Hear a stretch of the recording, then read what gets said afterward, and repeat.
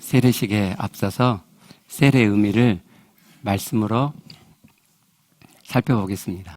로마서 6장 3절부터 6절. 무릇 그리스도 예수와 합하여 세례를 받은 우리는, 합하여에다가 가로차고 안으로 그랬죠. 이제 원문은 안으로예요. 제가 왜 원문을 포기해드렸냐면 이 안으로가 주는 그 뉘앙스가 있거든요. 그래서 제가 일부러 표현해 드렸고요. 그러니까 그리스도 예수 안으로 세례를 받는 거예요. 세례가 뭐냐? 예수 그리스도 안으로. 그걸 하파이러라고 이렇게 의역을 했는데 의역을 잘한 거예요. 예수 그리스도 하파이러인데 원문의 의미는 그리스도 안으로 세례를 받는 거예요. 우리는 그렇게 세례를 받은 우리는 그의 죽으심과 합하여 마찬가지 그의 죽으심 안으로, 그러니까 세례는 예수 그리스도 안으로 받는 거고 그것은 곧 그의 죽으심 안으로 세례를 받는 거예요. 그것을 알지 못하느냐? 그러면 우리가 그의 죽으심과 합하여 마찬가지 반복하죠.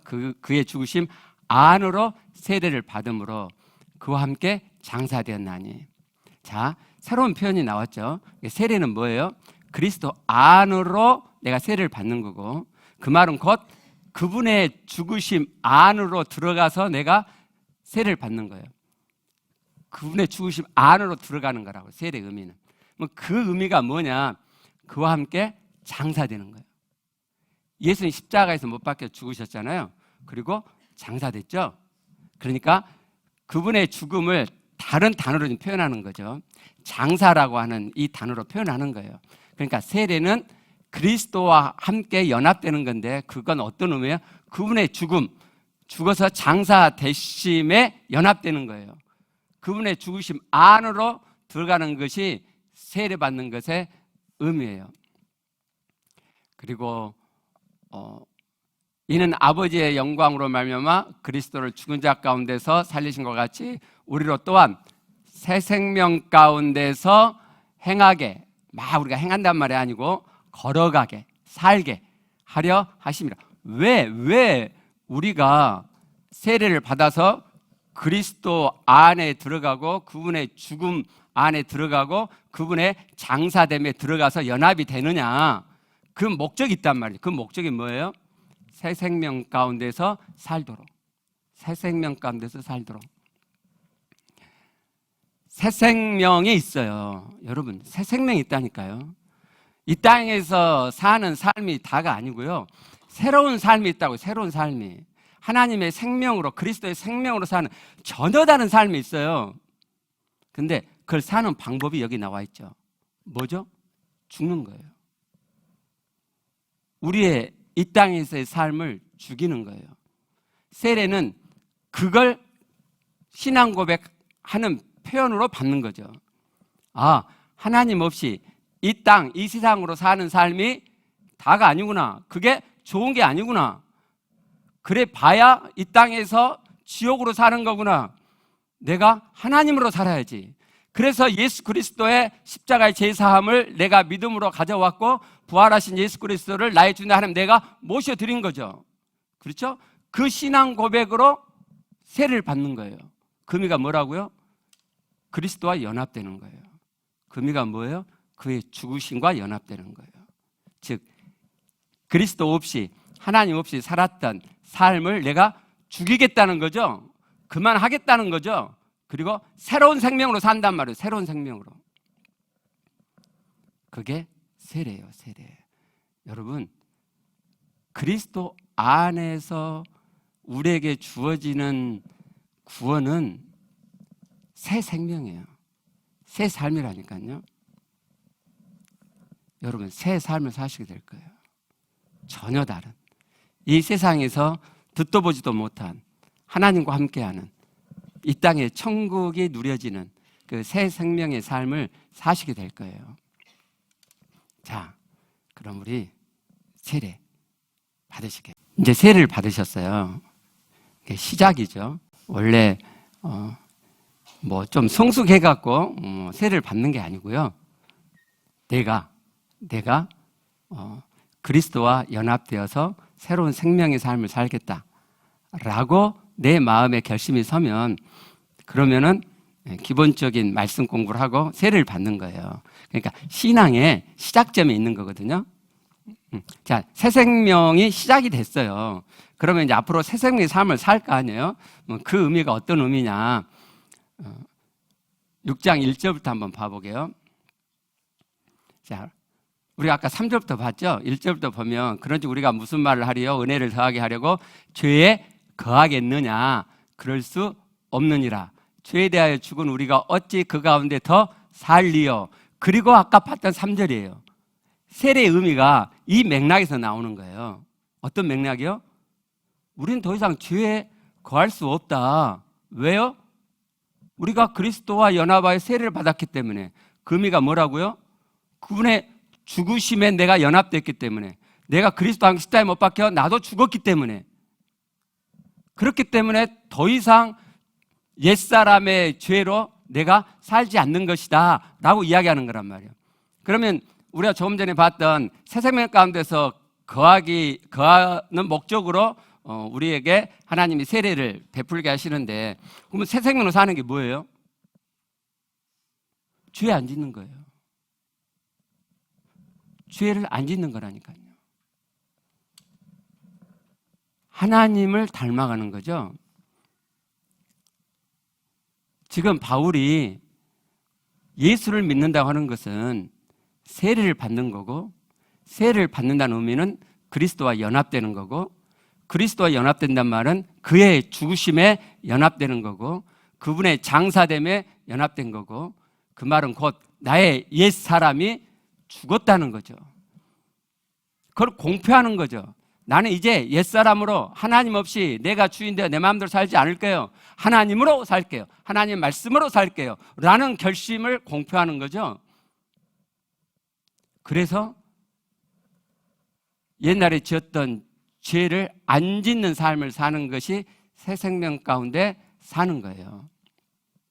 그러면 이제 이런 생각이 뜨죠. 어떻게 죄를 안 지으며 살 수 있느냐? 여기에 한 가지 방법이 나오고요. 그리고 본질적인 방법은 우리가 수요일 날 했던 로마서 8장 1절부터 4절에 나와요. 그럼 첫 번째 방법이 뭔가 볼게요. 자, 11절 한번 봐봐요. 이와 같이 너희도 너희 자신을 죄에 대하여는 죽은 자요, 그리스도 예수 안에서 하나님께 대하여는 살아있는 자로 여길지어다. 저 여길지어다가 포인트예요. 생각하다, 간주하다는 말이거든요. 뭘 간주하란 말이에요? 내가 예수를 믿었어요. 그러나 세례를 받았어요.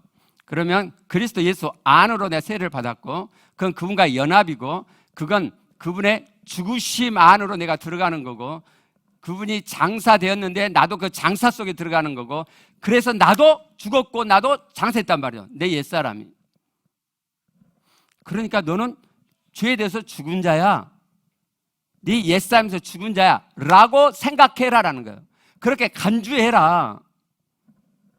아니, 내가 육체로 계속 죄를 짓는데, 육체의 소욕이 있는데, 나는 얘와는 상관이 없어, 관계가 끊어졌어, 나는 얘하고 관계가 없는 죽은 자라고 여기라는 거예요. 이게 첫 번째 방법이에요. 그렇게 살아가시는 게 지금부터. 그럼 좀 요상할 거예요. 아니, 육체의 소욕이 있고 내가 따라가기도 하는데 나 관계 없다고 여기라고 이상할 거예요. 성경대로 하시는 거야. 해보세요. 그러면 여러분 이런 고민이 생겨요. 아니, 그런데 결국은 죄를 짓게 되잖아. 그래서 로마서 6장 다음에 7장이 있는 거고, 7장 다음에 8장이 있는 거예요. 그리고 8장 1절부터 4절에서 본질적인 방법을 알려주시죠. 네가 왜 죄를 짓느냐? 육체를 따라 살기 때문이다. 어떻게 하면 네가 죄를 안 지을 수 있냐? 영으로 사는 거다. 영으로. 하나님의 성령으로 인해서 영으로 살 때 네가 율법의 요구를 이루어지게 되는 거야. 그래서 죄와 사망을 보고 네가 해방되는 거야. 네.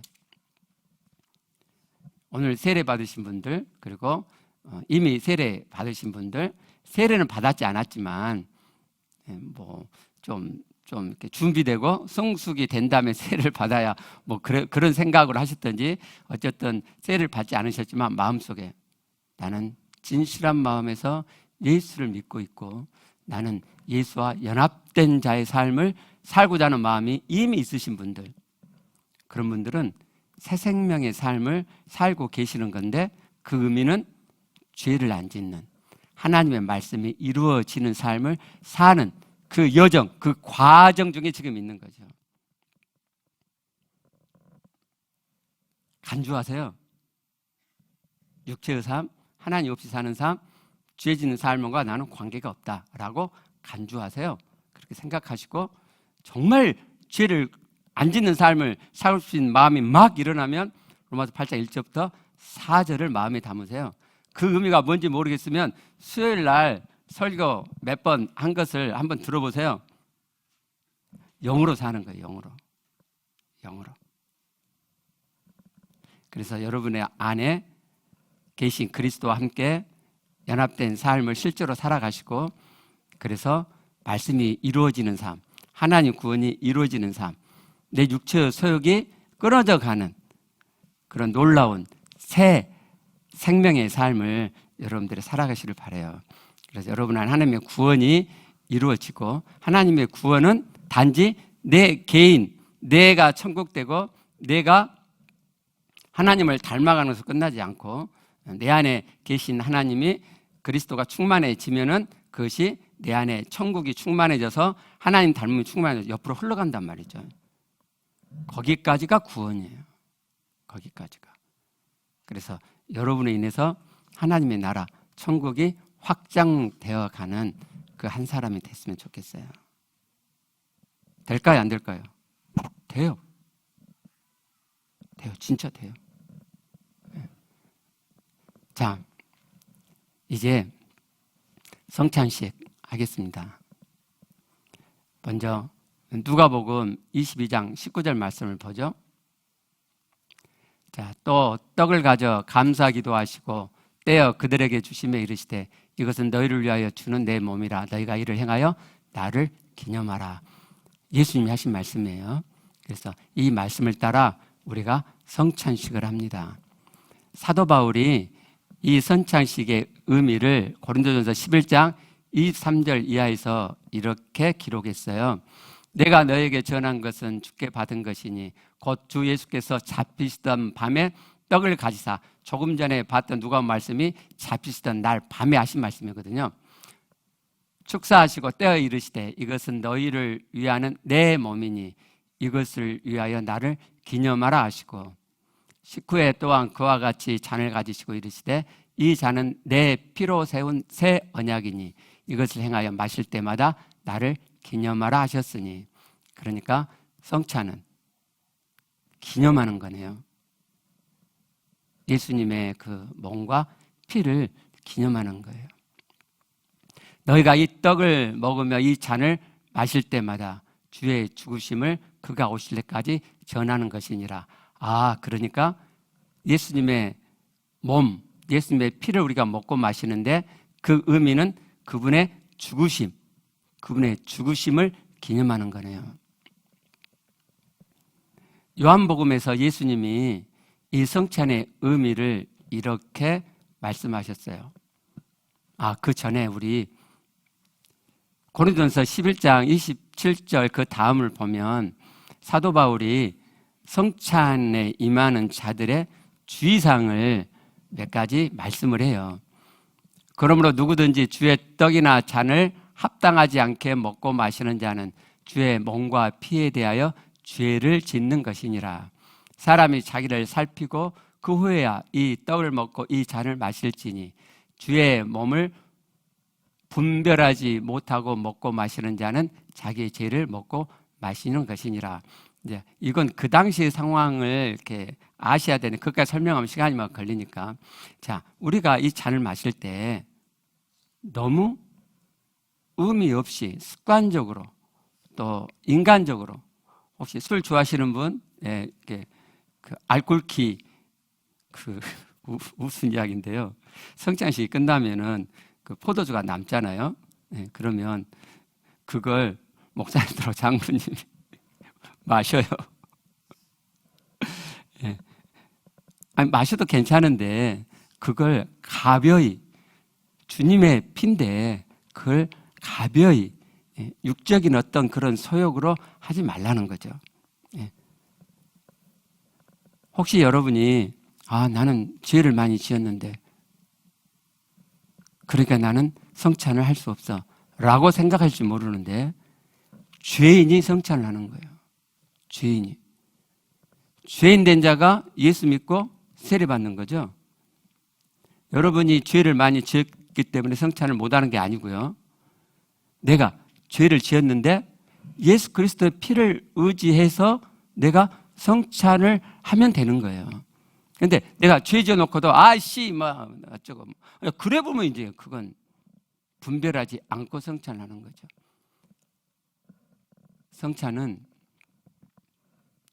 예수님의 몸을 먹고 예수님의 피를 마시는 거예요. 우리가 빵 조각을 먹고 포도즙을 마시지만 예수님의 몸으로 생각하고 먹고 예수님의 피로 생각하고 먹는 거예요. 자, 그럴 때 어떤 일이 일어나느냐? 예수님이 이렇게 말씀하셨어요. 예수께서 이르시되 내가 진실로 진실로 너에게 이르노니 인자의 살을 먹지 아니하고 인자의 피를 마시지 아니하면 너희 속에 생명이 없느니라. 내 살을 먹고 내 피를 마시는 자는 영생을 가졌고 마지막 날에 내가 그를 다시 살리리니 내 살은 참된 양식이고 내 피는 참된 음료로다. 내 살을 먹고 내 피를 마시는 자는 내 안에 거하고 나도 그의 안에 거하나니. 57절 마지막에 나로 말미암아 살리라. 그러니까 성찬은 예수님의 살을 먹고 피를 마시는 것은 예수님의 죽음을 내가 먹는 거고, 그래서 예수님이 내 안에 거하심이 되는 거고, 그래서 내가 예수 안에, 예수님이 내 안에, 그래서 내가 예수님으로 말미암아 사는 생명의 삶을 살게 한다 이 말이에요. 그리고 예수님이 이 말씀을 하시고 63절에 이렇게 말씀하셨어요. 살리는 것은 영이니 육은 무익하니라. 이 말씀을 쭉 하신 다음에 마무리하면서 이렇게 말씀하신 거예요. 내가 너에게 이른 말은 어떤 말이요? 방금 하셨던 말씀. 내 살을 먹고 내 피를 마시는 자는 생명을 가졌고 내가 그 안에 그가 내 안에, 그래서 그는 나로 말미암아 살리라. 내가 너희는 이 말은 영이요 생명이니라. 무슨 뜻이에요? 예수님의 살을 먹고 예수님의 피를 마시는 것은 영에서 되어지는 일이란 말이죠. 영에서. 내가 빵을 먹지만 이 포도즙을 내가 마시지만, 그렇지만 그것이 내 안에서 믿음으로 먹어질 때 영 안에서 예수님의 살을 먹고 예수님의 피를 마심이 된다 이 말이에요. 형식적으로 그냥 여러분이 하나의 의식으로 해버리면 그런 일이 일어나지 않지만, 여러분 믿음으로 이 빵을 예수님의 살로 여기고 먹으시면, 믿음으로 예수님의 피로 이 잔을 마시시면 이 빵이, 이 즙이 여러분에게 영에서 예수님의 몸이 되고 예수님의 피가 된다 이 말이에요. 이게 성찬의 의미예요. 우리 그렇게 성찬하시게요. 아니 아직 그 정도는 다 안 돼도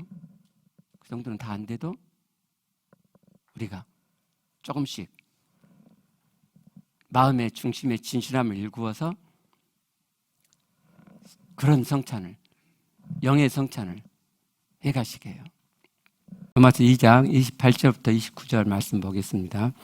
무릇 표면적 유대인이 아니요 표면적 육신의 할례가 아니라, 이제 우리는 할례는 안 하지만 지금 그 당시 바울이 로마서 저 글을 쓸 때는 할례는 엄청나게 중요한 의식이었어요. 유대인 크리스찬들이 구원에 직결시킬 정도로 굉장히 중요한 의식이었고요. 근데 바울이 표면적 육신의 할례가 아니다. 오직 이면적 유대인이 유대인이며 할례는 어디예요? 마음에 할지니 영에 있고 율법 조문. 그러니까 할례를 행하라 명령 있잖아요. 그 율법 조문에 있지 아니하다. 그러니까 할례를 안 해도 된다는 말이에요. 할례 안 해도 할례는 마음에 하는 거고 영이 하는 거지 꼭 이렇게 의식적으로 행해야 되는 게 아니다.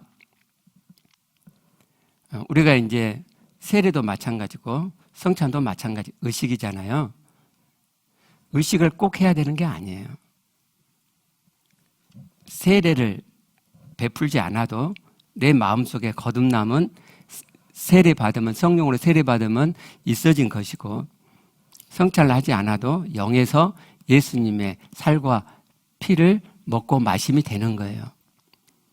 근데 이제 어떤 이들은 아직 마음으로 영으로가 안 되기 때문에 그럴 때는 이런 의식들이 도움을 주죠. 그래서 이제 하는 거고요. 여러분이 우리가 이런 어떤 형식을 갖춰도 이 형식에 어떤 분은 그 신앙이 굉장히 이렇게 종교적이고 형식적인 규범에 이렇게 물이 들어 있으신 분은 이걸 안 하면은 큰일 난 것처럼 생각을 해요. 그게 이제 율법주의거든요. 율법주의, 형식주의. 근당에서 또 뭐 봐봐라. 마음에서 하고 영에서 하라고 그랬지. 꼭 이걸 해야 되냐. 이걸 절대 할 필요 없고. 그리고 또 세례식 하고 뭐 성찬식 하면 큰일 나고 아주 비복음적인 것처럼 또 말하는 분도 계세요. 치우치지 말고 하나님께서 원하시는 지점은 영에서 마음에서 하는 건데 아직 믿음이 연약한 분도 있으니까 그럴 때는 형식이 도움을 주니까 다시 한번 새로워지는데 도움을 주니까 필요도 하다.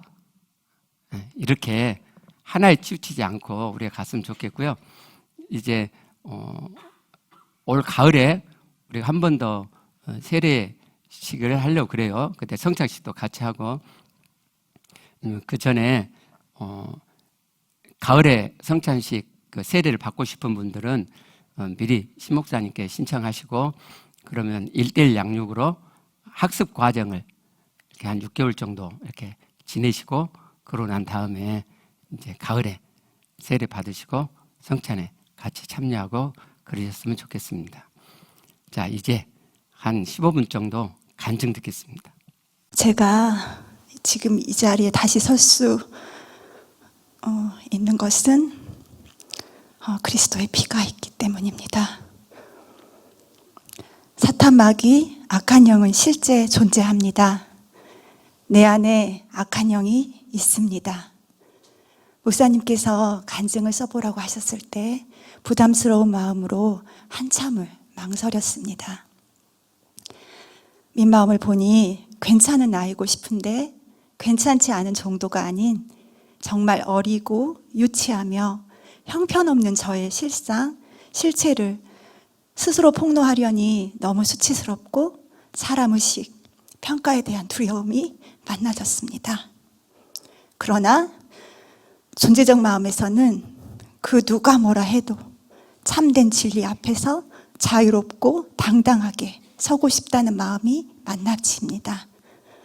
그리고 작지만 참되게 진실되게 있는 모습 그대로 살고 싶은 마음으로 간증을 쓰는 지금 이 순간에도 사탄 마귀 악한 영은 저에게 생각을 넣어줍니다. 너 벌써 몇 차례 간증하면서 나의 주, 나의 하나님으로 진짜처럼 고백도 했었잖아. 이 간증은 진짜야? 진짜 깨달은 거 맞아? 그저 말뿐인 거 아니야? 흑백, 진짜 아니면 가짜, 이분법적인 사고, 섞이는 것을 무지하게 싫어하는 저의 특성, 지독한 악성, 악한 영입니다. 한동안 하나님께서 주신 원리대로 과정을 인정해가며 연습해온 면도 있었는데요. 그러나 어김없이 저를 넘어지게 하는 사단의 계략은 흑백, 진짜 아니면 가짜. 사탄 마귀가 너는 진짜 참되지도 순전하지도 진실하지도 않잖아. 참됨, 순전함, 진실함 모두 걸리는 저는 사단의 밥이 되어 꼼짝할 수가 없게 됩니다. 그래, 나는 지금 과정 중이라 진짜 참되지도 않고 순전하지도 않고 진실하지도 않다. 어쩔래? 사탄 마귀가 주는 생각을 발로 뻥 차고 지난 몇 주에 걸쳐 있어진 사탄의 게임에 넘어간 저의 실상, 실체를 고백하려 합니다. 저는 관계 속에 있는 것보다 혼자 있는 것을 좋아합니다. 그것이 저의 특성이고 진짜 나라고 여겼습니다. 그러나 지난 한 2년 정도 1대1 양육을 통하여 더욱 가까운 거리로 지체들이 마음에 들어와 있었고 정말 많은 지체들과 함께 했으며 부족함이 늘 많았지만 부족을 인정해가며 과정 속 나를 인정해가며 함께하는 소중함을 배워갔습니다. 많이 부족하지만 그렇게 하나님과 함께하는 영의 생명의 삶으로 인해 죽어서만 가는 천국이 아닌 작지만 이 땅에서부터 천국을 맛보며 인생의 사는 맛을 느끼며 행복을 느껴갔습니다.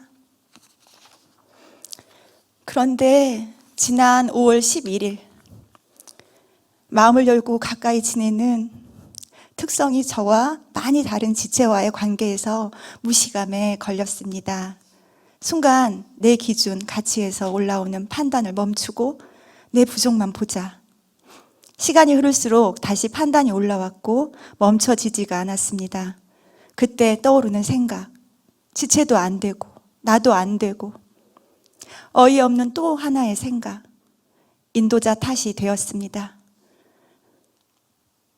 또 부모로부터 받은 가치 중 혈연, 가족애가 끈끈해서 아무리 안 좋아도 결국 가족, 부모, 형제뿐이다 라는 생각, 팔은 안으로 굽는다는 생각은 불신으로 이어졌습니다.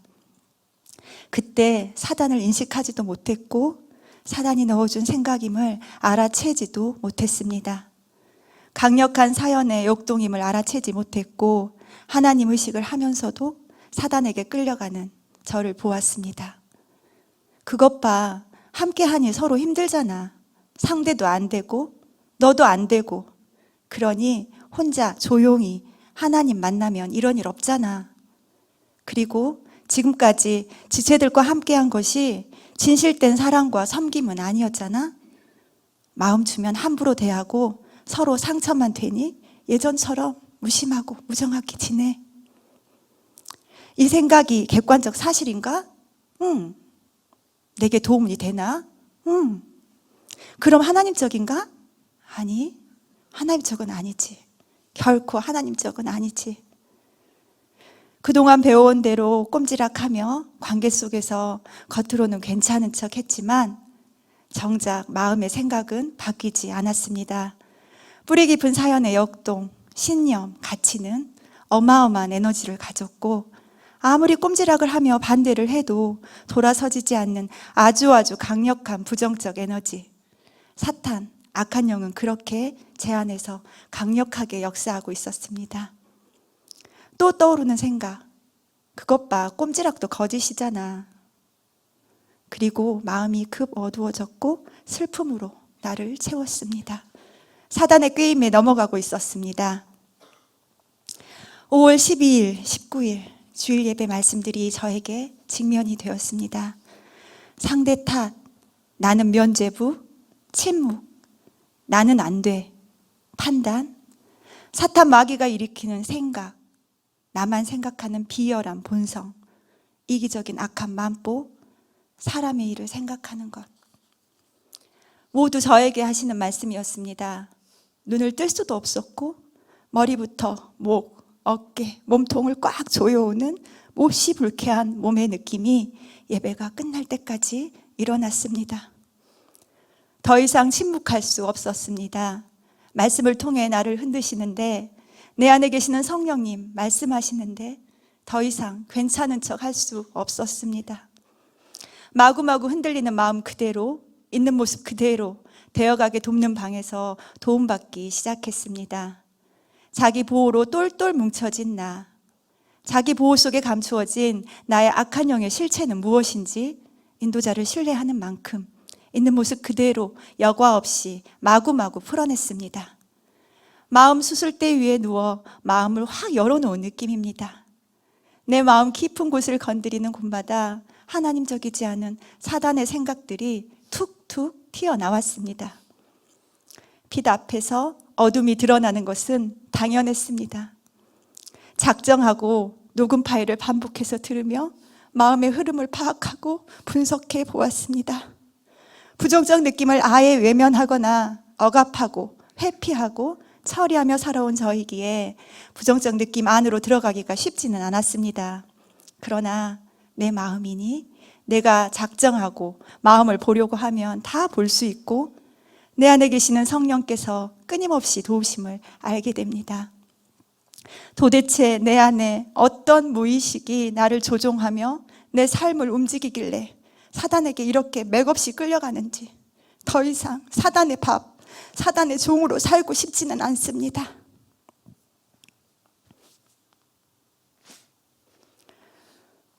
저의 무시감, 분노의 핵심 사연은 부와 권력을 가진 자들에 대한 분노였습니다. 어릴 적부터 사연으로 인해 직접적이든 간접적이든 부와 권력을 행사하며 갑질한다고 느끼는 이들을 볼 때 저는 무시감을 넘어 모멸감을 느끼며 분노했고 그들을 냉소하며 경멸했습니다. 그렇다면 나는 가진 자들의 갑질에도 무시감을 넘어 모멸감을 느끼지 않고 어떻게 살고 싶은 걸까? 당당하고 싶었습니다. 나의 형편과 처지에 상관없이 그들의 어떠함에도 전혀 개의치 않고 당당하고 싶었습니다. 그러나 세상 가치를 가진 저는 당당할 수 없었기에 당장에 내가 부와 권력을 가진 자가 될 수도 없었기에 하나님 말씀이어서가 아니라 분노 가득한 내가 되기 싫어서 부정적 감정들을 꾹꾹 눌러 억압시켰고 분노의 감정들은 저의 깊은 무의식에 차곡차곡 저장되어 있었습니다. 그러면서 부와 권력을 갖더라도 부와 권력을 행사하지 않는 그런 사람이 되고 싶다고 거짓되게 나를 만들었습니다. 그 무엇으로도 가진 자가 될 수 없었기에 예수님의 가치는 더욱 저의 인간적인 당당함을 채우기에 충분했을 테고 그 외에도 가치 중심적인 저는 가치 있는 선택이 그리 어렵지 않았습니다. 이렇게 가치로 나를 만들고 세워왔음을 알고 있었음에도 도움 중 지적해 주신 나를 세우려는 마음보가 있다고 말씀하시는데 처음엔 얼른 마음에 와닿지 않았습니다. 그러나 가만히 생각해 보니 하나님 밖에 있었을 때에 내세울 것이 아무것도 없었던 저는 살고 싶지 않았고 죽은 듯이 살았습니다. 그랬던 제가 하나님 안에 들어와 하나님을 만난 후 살고 싶었습니다. 하나님으로 살고 싶었고 하나님의 생명으로 살기 시작했습니다. 하나님으로, 하나님 말씀으로 담대하고 당당해지기 시작했습니다.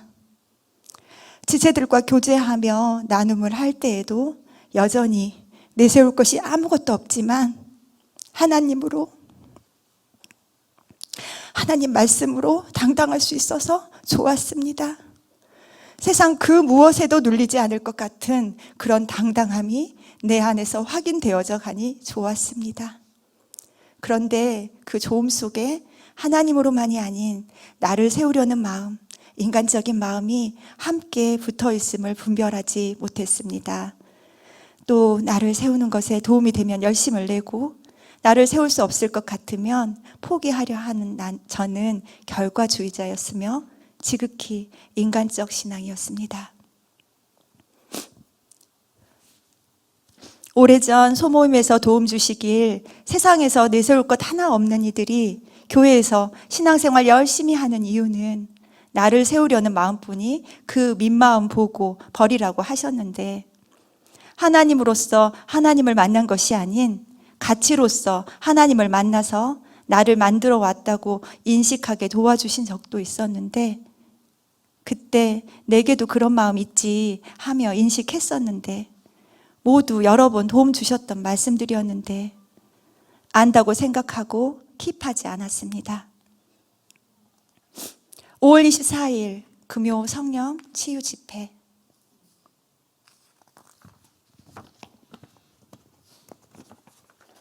지체에게 받은 상처보다 사연의 역동으로 훨씬 큰 분노의 감정이 올라왔구나 알아지기 시작했고, 마음의 판단과 분노함으로 지체에게 미안한 마음이 일어났습니다. 회개하는 마음, 이해하고 용납하는 마음, 오히려 제가 더 미안한 마음이 올라왔습니다. 그런데 사역자의 인도 따라 마음을 나누는 과정에서 또 걸렸습니다. 바로 전까지 하나님 마음 일구고 세우며 좋았던 마음은 어디로 갔는지, 뚜껑이 열린 듯 억압이 풀려 꽉꽉 눌러놨던 부정적 느낌들이 마구마구 올라왔고, 지체의 말에 내 안에 가득가득한 사단적 생각, 인간적인 생각들에 의해 느낌대로 사연과 특성으로 반응했습니다. 그런 나로 인해 다시 지옥이 풀어졌고 정말 형편없는 저를 직면하게 되었습니다.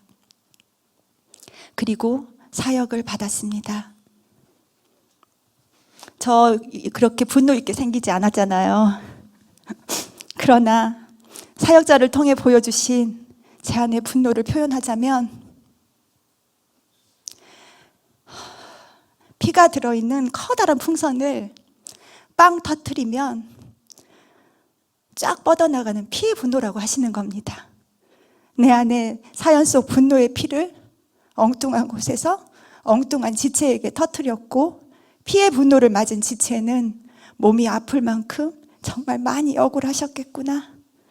분노를 풀어내고 나니 죄송한 마음이 들었습니다.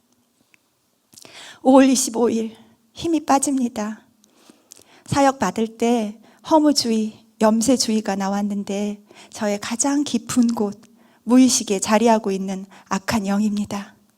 실패와 좌절과 절망이 깊었던 저였기에 이해되기는 했지만, 아직도 내 안에 허무주의, 염세주의가 있다고, 이제는 꽤 하나님의 생명으로 살고 있다고 여겼는데 아니었나?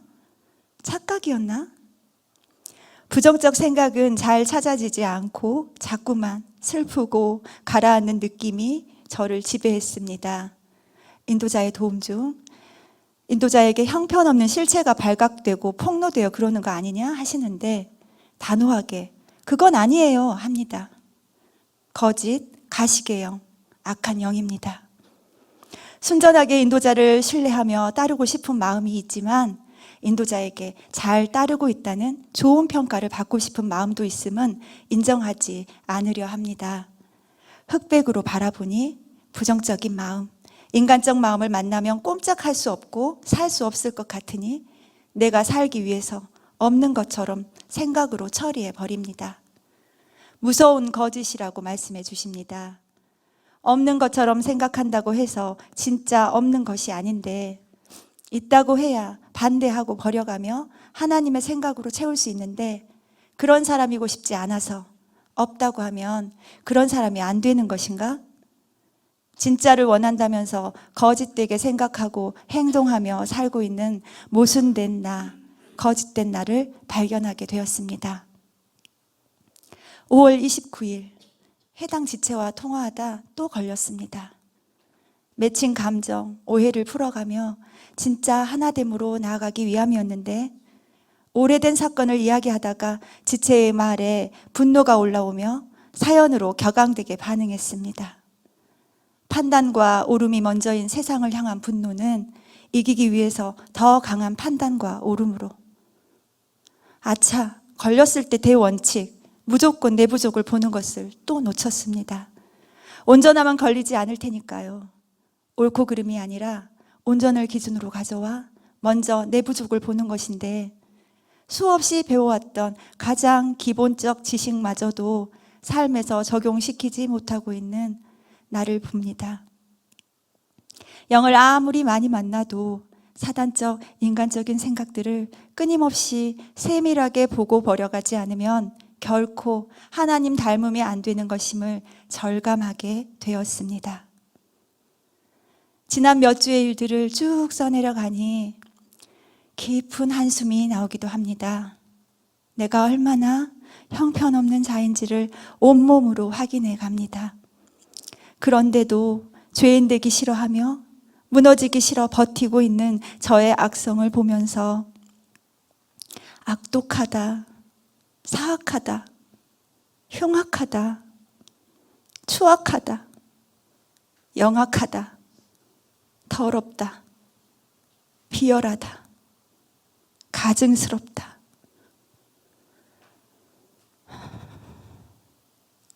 온갖 악한 수식어를 다 붙여도 부족할 것 같은 마음으로 그동안 신앙의 어떠한 작은 조각조차도 내세울 것 없는 나를 만납니다.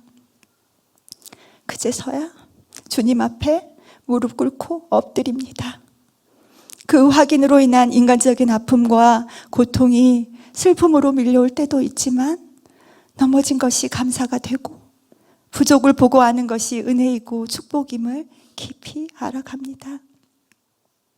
하나님과 사람 앞에서 더 낮아지고 더 겸손해지고 더 겸허해지기를 원하고 하나님 앞에서 철저하게 절대적 죄인이기를 구합니다.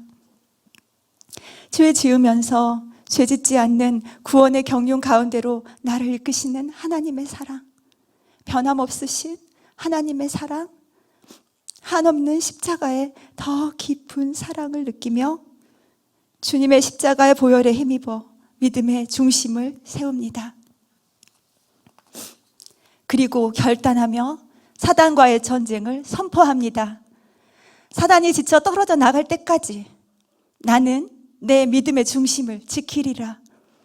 내 믿음이 비록 연약하고 여전히 거짓된 믿음이 많으나 하나님을 향한 진실한 믿음을 일구며 세우고 믿음의 순종에 이르기까지 반드시 하나님 구원 경륜을 이루리. 감사합니다. 자기 부족을 전에 굉장히 신앙적인 모습을 간증했는데 정반대 자신의 인간적인 추악한 모습을 들춰내는 것이 쉽지 않음에도 불구하고 제가 부탁했을 때 기껏게 주저하셨지만 결국 받아주시고 그래서 너무 감사합니다.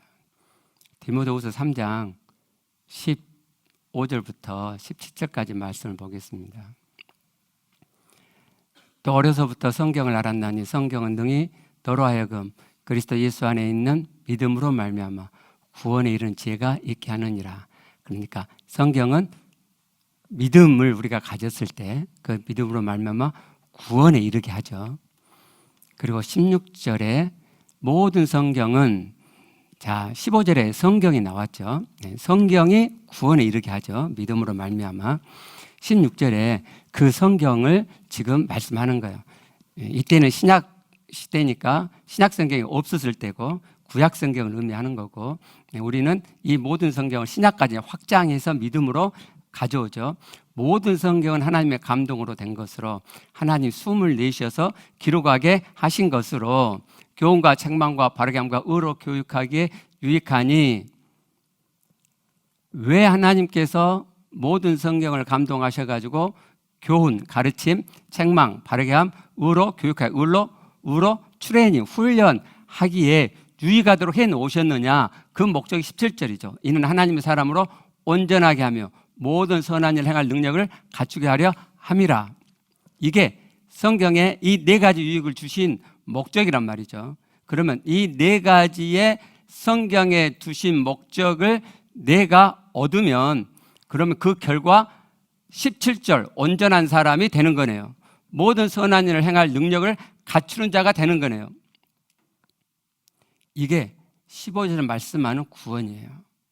15절에서 구원에 이르게 하는 지혜가 이 성경에 있다고 하신 말씀, 그 구원은 예수 믿고 제사함 받고 천국 티켓을 얻는 정도의 구원을 말씀한 게 아니고 분명히 성경에서 구원을 말씀하실 때 예수 믿어 제사 먹고 그래서 의롭게 되고 그 자는 영원한 나라 천국에 들어간다고 분명히 말씀하세요.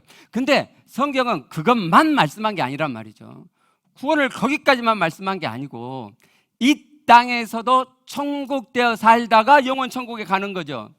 어떻게 이 땅에서 영원 천국 들어가기 전에 이 땅에서도 천국 되어 살 수 있느냐, 그걸 지금 말씀하는 거죠.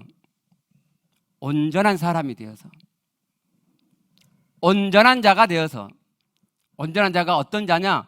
모든 선한 일, 모든 좋은 일을 행할 능력을 갖춘 자, 그 온전한 자가 된다. 그 구원에 이르도록 한단 말이죠. 성경이.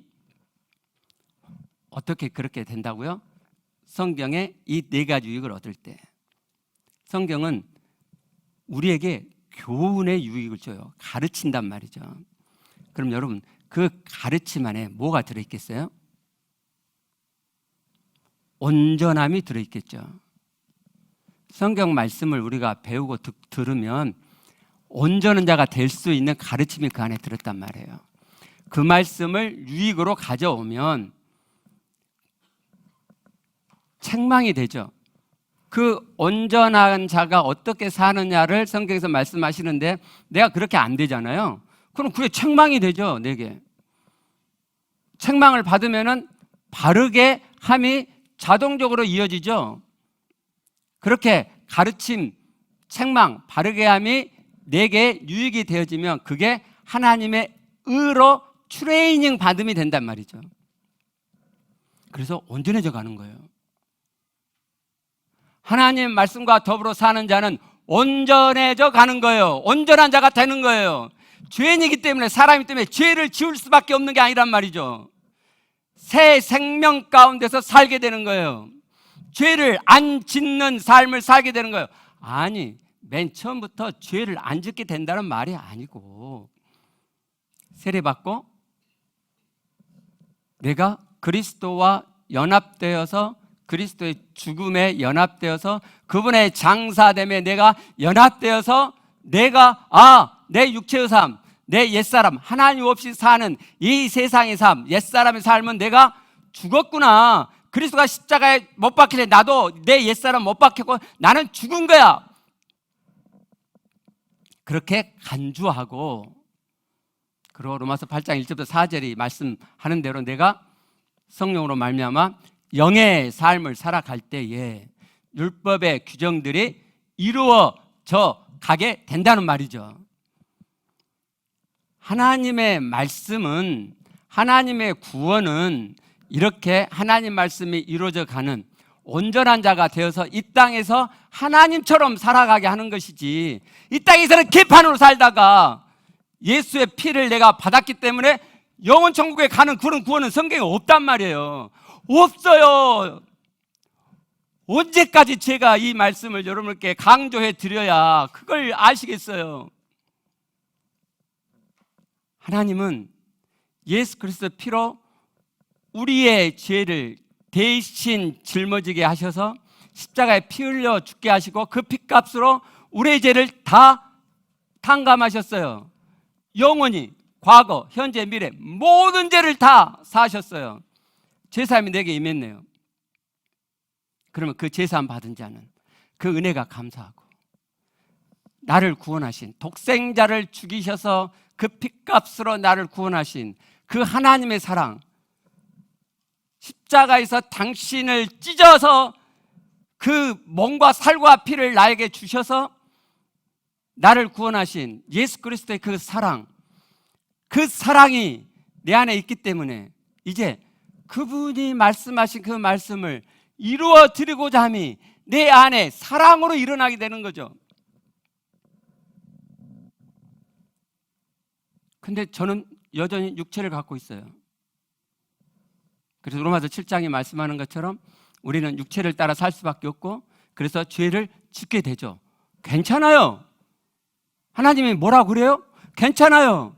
그리스도의 피로 다 용서된 죄잖아요. 그러니까 계속 죄만 짓고 살아요? 그리스도의 은혜를 받았는데 그래서 십자가의 사랑을 받았는데 그 자는 그 안에서 끊임없이 꿈틀거림이 일어나죠.